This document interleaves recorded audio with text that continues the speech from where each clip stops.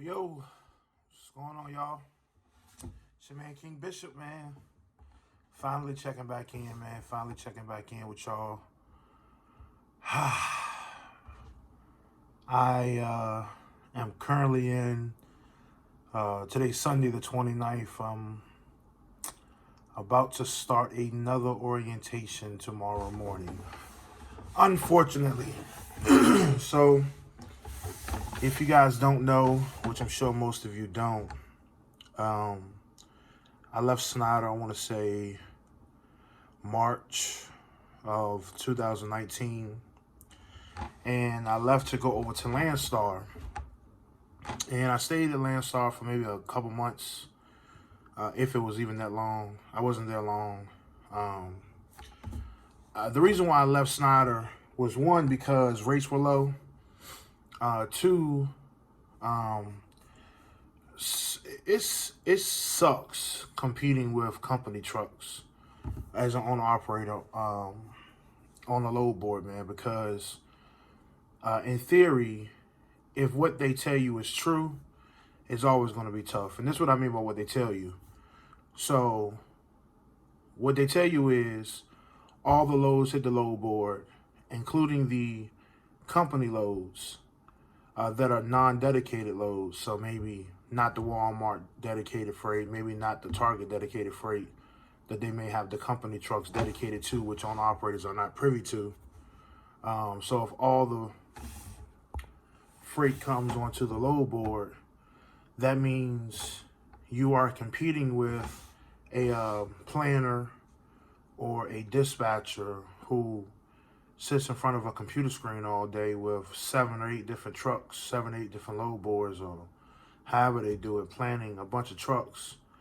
And while you're working, trying to drive, trying to stay focused, trying to take care of the load you're under, and also try to keep planning yourself, you're competing with a person who's sitting in front of a computer who has the easy and readily ability to just click, click, click all day long, pay attention all day long. So I kind of got tired of that, seeing the loads that I was used to running continuously disappearing, not hitting the load board anymore, which I knew was not true, that the loads weren't still coming out, because you got to realize, like for instance, I was running Frito-Lay a lot. So for Frito, I knew what days the loads were coming out, where they were going, when they were picking up, when they were delivering, where they were going. So to say, for instance, one of the Fritos I used to pull out of major DC was in Lynchburg, Virginia.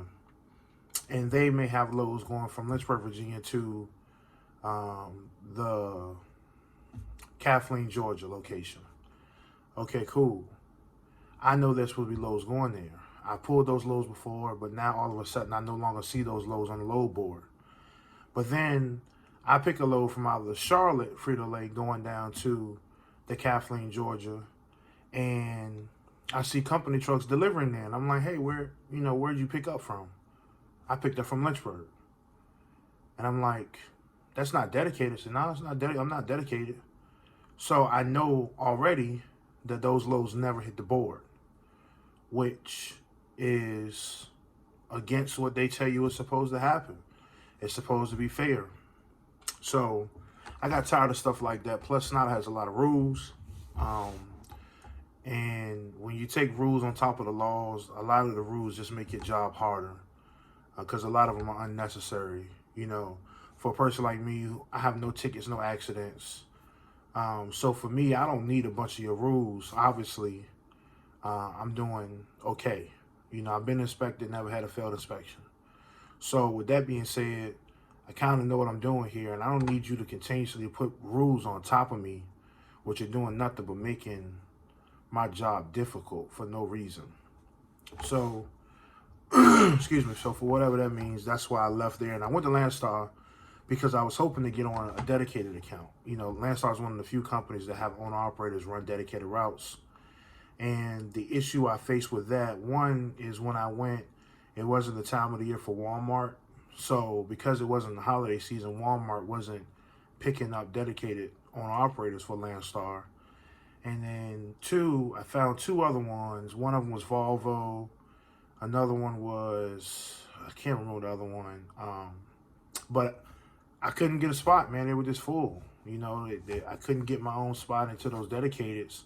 And I found myself running the road again, picking up scrap freight. And the one thing I learned about Landstar is, so Landstar's load board is generally trash. And what I mean by that is the brokers who are to post on these load boards, they already have their favorite 5, 10, 15 drivers they deal with regularly. I understand you want a driver who you know is going to deliver, treat your customer right, so that you continue to have them as a customer. So I understand why they deal with their specifics. And then specifics. A lot of times the load board is used when they can't cover those loads they already get because their drivers are already booked, or they get some extra freight from one of their customers that they weren't expecting. So Landstar's load board is not pure gold. It's not that they're not loads. It's just sometimes they aren't great. Most of the time they aren't great. So I was running scrap, man. I was running scrap. Sorry, y'all. I'm getting text messages. I was running scraps, and it just wasn't worth it. It wasn't worth it in the end. So actually, the day I completed orientation, I had a local job call me when I was at Landstar, but I had already committed to going to Landstar, and I wanted to try it out. So I stayed where I was, and when that didn't pan out, I took the local gig. So that's what I've been doing up until 2 weeks ago. 2 weeks ago, I can't remember the date, but it was a Tuesday. I got a call, and the lady whom was my dispatcher, who I dealt with, who was also the terminal manager, there's only two people in this whole office. She called me. She said, "Hey, we lost the contract. You work on it every day. You have till March 31st to find something new." I said, "Okay." So I started looking anyway, started planning what I was going to do, my next step, figuring out what I wanted to do. That Thursday, the same week, she calls me and say, "Hey, the Big Brother company," because the company I worked for was owned by another company, the Big Brother company is closing us down. So I went from having another 2.5 weeks of running before I needed to find something to needing to find something now.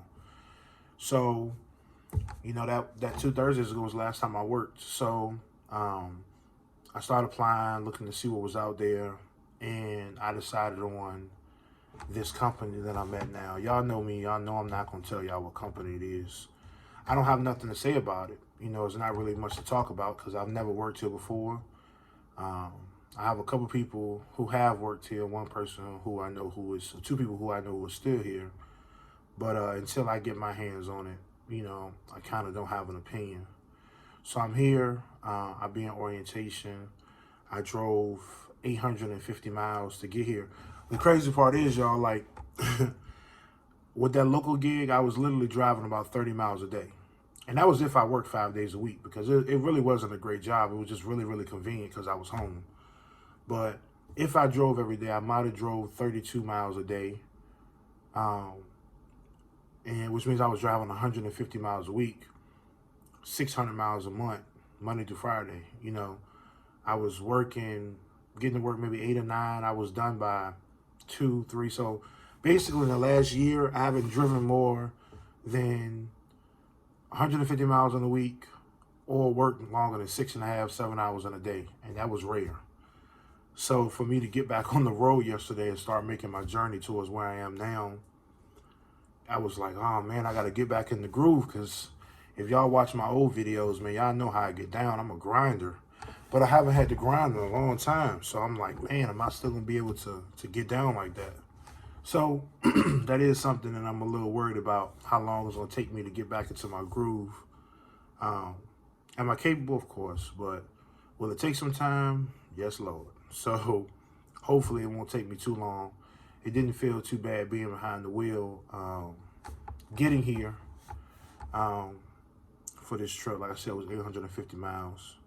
So with that being said, we'll just see, man. We'll see how it goes. I just wanted to update y'all what's going on. Big up to all the people who, man, I ain't dropped a video in a long time. And every time I promise you I have at least 40 videos on my phone. I just never upload them. But big up to all the people who are still commenting on old videos, who are still showing love. I'm not gonna sit here and lie and tell y'all I'm back, but I'm gonna try to do a little better. I can do better. I just need to upload this stuff, man.